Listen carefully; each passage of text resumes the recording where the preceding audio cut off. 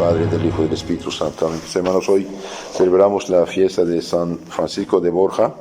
Por esta razón se escogió el Evangelio que acabamos de escuchar.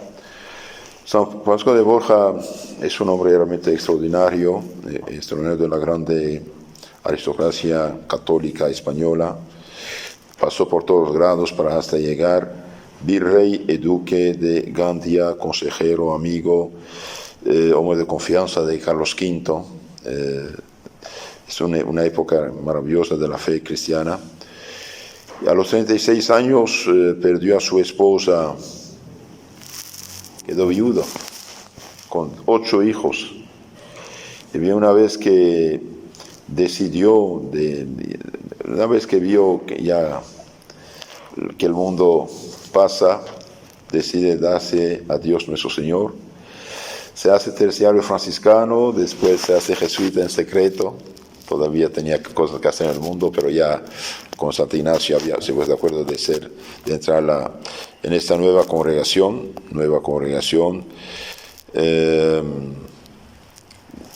que fue la más eficaz en la defensa de la fe.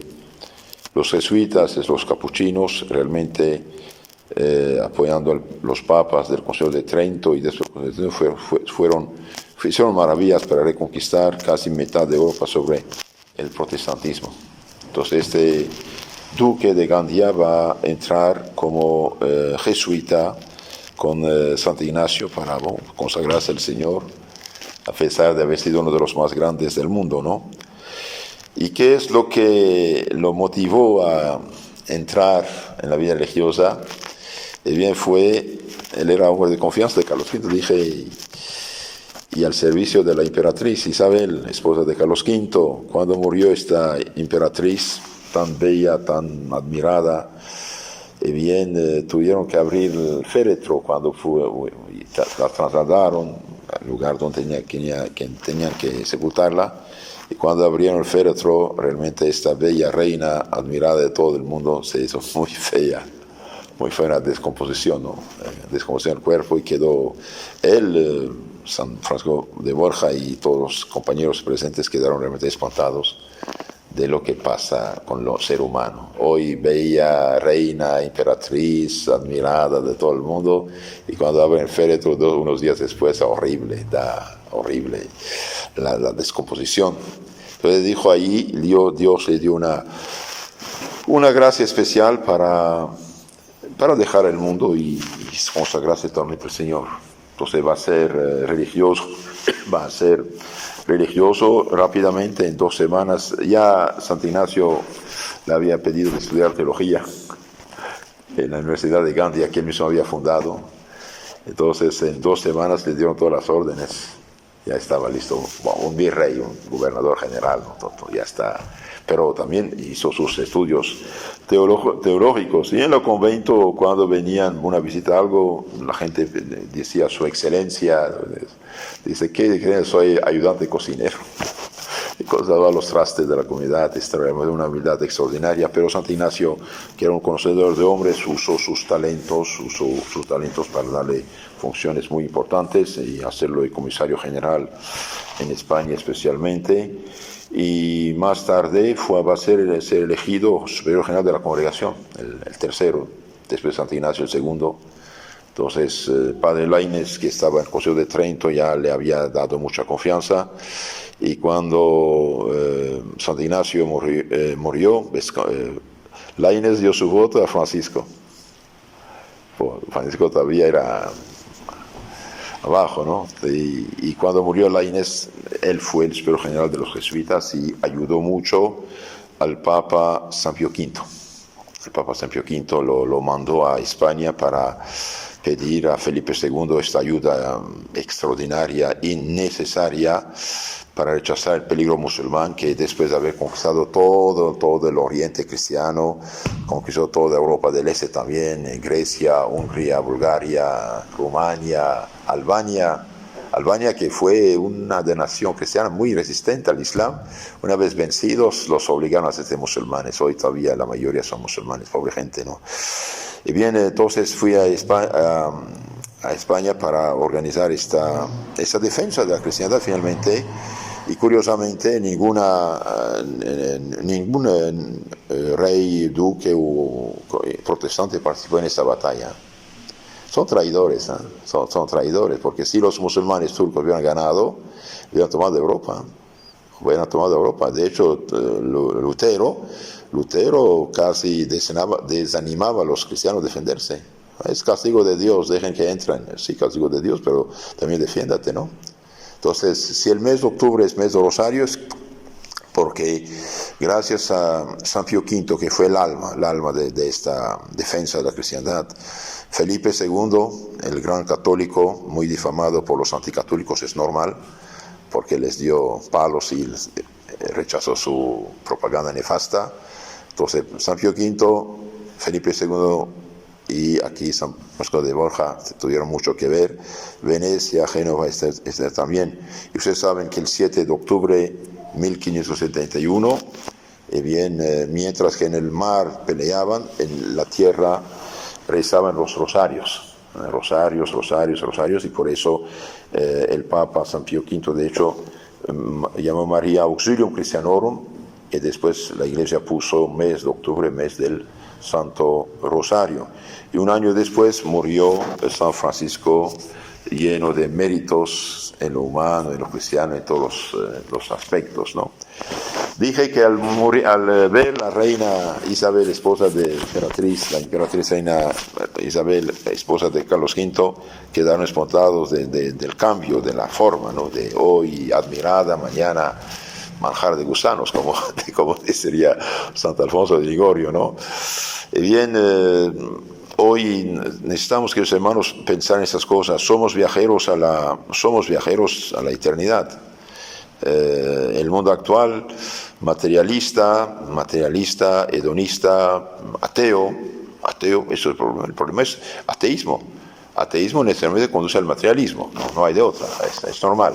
Si ellos piensan, aunque piensan nada cambia, pero si ellos en su cabeza ignoran la eternidad, ignoran la inmortalidad del alma, la dicha eterna del paraíso y los suplicios eternos del infierno, entonces es normal que la gente de hoy, paganizada, atea, víctima de Lutero, de hecho, porque todo eso es fruto del protestantismo, libre examen y al relativismo absoluto actual. Entonces si la gente piensa que son animales que hoy viven, mañana morir, es normal que disfruten de la vida. Pero nosotros como cristianos sabemos que somos viajeros de la eternidad. De hecho, que crean, no crean, nada cambia. Nada cambia. No es porque alguien dice que yo no creo, deja de existir el cielo, la tierra o ¿cómo se llama? El infierno. Eso no depende de nosotros, ¿eh? Yo puedo decir que nunca vi un coronavirus con mis ojos, no lo toqué, entonces ya no existe. Sí, pero yo conozco gente que murió, entonces algo hay. Aunque yo no lo vea, no lo toque, ¿no? Entonces, hoy, que hermanos, nosotros como cristianos tenemos que defendernos de este mundo paganizado, defendernos, porque nos arrastra, nos jala, ¿no? Nos jala. Estamos viviendo, queramos, no queramos, respiremos la atmósfera actual. Es imposible no respirar microbios, bacterias, si uno vive sobre un basurero. Es imposible. Entonces estamos viviendo un mundo perdido, ateo, materialista, sin fe, sin moral. Si algo queda todavía, gracias a Dios, que quedan unos cuantos cristianos, ¿no? Pero la situación va a agravarse, las décadas futuras va a agravarse. Hay milagros y hay también misericordia de Dios y hay arrepentimiento público y colectivo. Pero si siguen así, el peligro es grande. Entonces nosotros también debemos avivar nuestra fe, que somos viajeros a la eternidad, y por lo tanto no seguir ni la moda, ni la ideología, ni las ideas falsas de la gente de hoy, de hecho que sufre, de todos lados sufren. Nunca hubo tantos suicidios como ahora. Esta gente que pretende de tener derecho a hacer lo que quiere, etcétera, puede hablar, pero en lo concreto sufren y sufren mucho. Entonces nosotros tenemos que pensar en nuestra eternidad y también tomar en serio lo que dice aquí nuestro Señor en San Mateo 19, 27 a 29. Pedro dijo a Jesús: y ves que nosotros lo hemos abandonado todo y te hemos seguido, ¿qué será pues de nosotros? ¿Qué vamos a recibir? Hemos dejado todo, te seguimos. El nuestro Señor contesta, en verdad os digo, eso sí lo afirmo categóricamente, dignamente, en verdad os digo que vosotros que me habéis seguido en el día de la resurrección universal, cuando el Hijo del Hombre se sentará sobre el solio de su majestad, vosotros también os sentaréis sobre 12 sillas para juzgar las 12 tribus de Israel. Bueno, juzgar la humanidad en lo concreto, ¿no? Y después añade algo muy importante, cualquiera que haya dejado casa, o hermanos, o hermanas, o padre, o madre, o esposa, o hijos, o campos, por amor a mí, recibirá el ciento por uno y poseerá la vida eterna. Y aquí San Francisco de Borja quedó todo, dejó todo.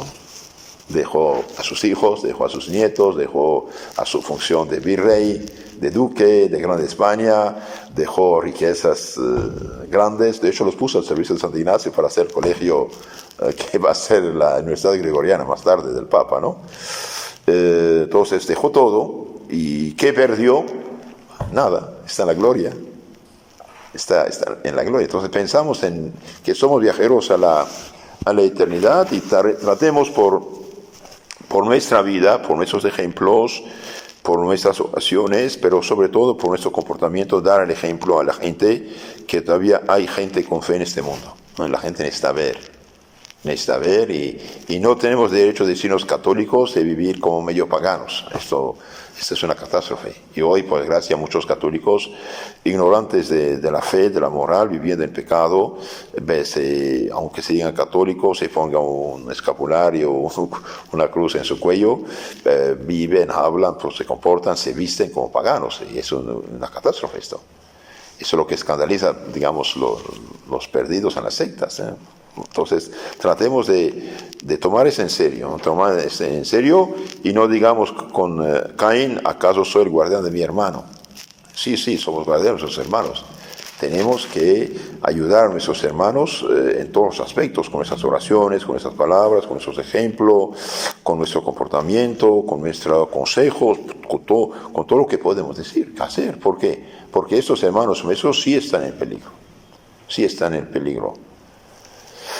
Por desgracia, Lutero y sus amigos, rebeldes, y los políticos interesados y ladrones de su tiempo fueron muy activos durante unos, digamos, 30 primeros años del protestantismo. Por eso hicieron tanto daño. Pero a partir de 1560, los papas del Concilio de Trento usaron a Santo Ignacio y sus compañeros, a los jesuitas y a los capuchinos, y también los políticos católicos también apoyaron, y bien reconquistaron casi la mitad de las tierras intoxicadas por el protestantismo. Tenemos que saber esto. Hubo una reacción católica extraordinaria entre 1560 y el año 1600. Fue realmente maravilloso. Todo el, ¿cómo se llama?, los Países Bajos españoles, Luxemburgo, Bélgica, mitad de Holanda quedó católica gracias a esta acción. Todo el sur de Alemania quedó católico, Austria quedó católica hasta la fecha, la parte de Suiza y todo de Francia también. Entonces le debemos mucho a esta gente, y especialmente a San Francisco de Borja, y también le debemos a él la cristianización en parte de las Américas. Porque como era amigo de Carlos V, y por lo tanto amigo del hijo del Carlos V, Felipe II le pidió ayuda para evangelizar los países americanos. Por eso los jesuitas durante siglos, gracias a Dios, varios siglos, fueron realmente la parte élite de los sacerdotes católicos, fueron los más eficaces, los más instruidos, los más luchadores, y por eso los enemigos de la fe que querían trastornar el mundo cristiano, hicieron tanta guerra contra ellos, al punto de hasta obligar, de un cierto modo, convencer a los reyes y después obligar al Papa a suprimirlos. ¿Y qué decir en el siglo XX? Fue la catástrofe, fue el contrario. Los jesuitas de hoy, espero que haya unas cuantas buenas excepciones, pero en general los pobres jesuitas de hoy realmente perdieron la cabeza. No siguen para nada ni Santo Ignacio, ni San Francisco de Borja, ni San Francisco Javier. Quisieron hacer el contrario de los jesuitas del pasado. Los jesuitas del pasado quieren llevar a la gente al paraíso celestial. Y al querer llevarlos al paraíso celestial, bien, también los humanizaban en este mundo, les daban la paz, la santidad, que da la paz y tranquilidad. Bien, ahora quisieron hacer el paraíso en este mundo, teología de liberación, los pobres, los pobres, los pobres, y con consecuencia los pobres eran más pobres, y guerras civiles, revoluciones y toda la situación actual. Es una catástrofe esto, o sea, una realmente catástrofe. Entonces rezamos por estos santos, San Francisco Javier, Javier de Jesí, claro, y también San Francisco de Borja y San Ignacio y todos los santos que han trabajado tanto para la gloria de Dios, la gloria de su Santa Iglesia Católica y la salvación de todos los pueblos donde ellos han trabajado. En nombre del Padre, del Hijo y del Espíritu Santo. Amén.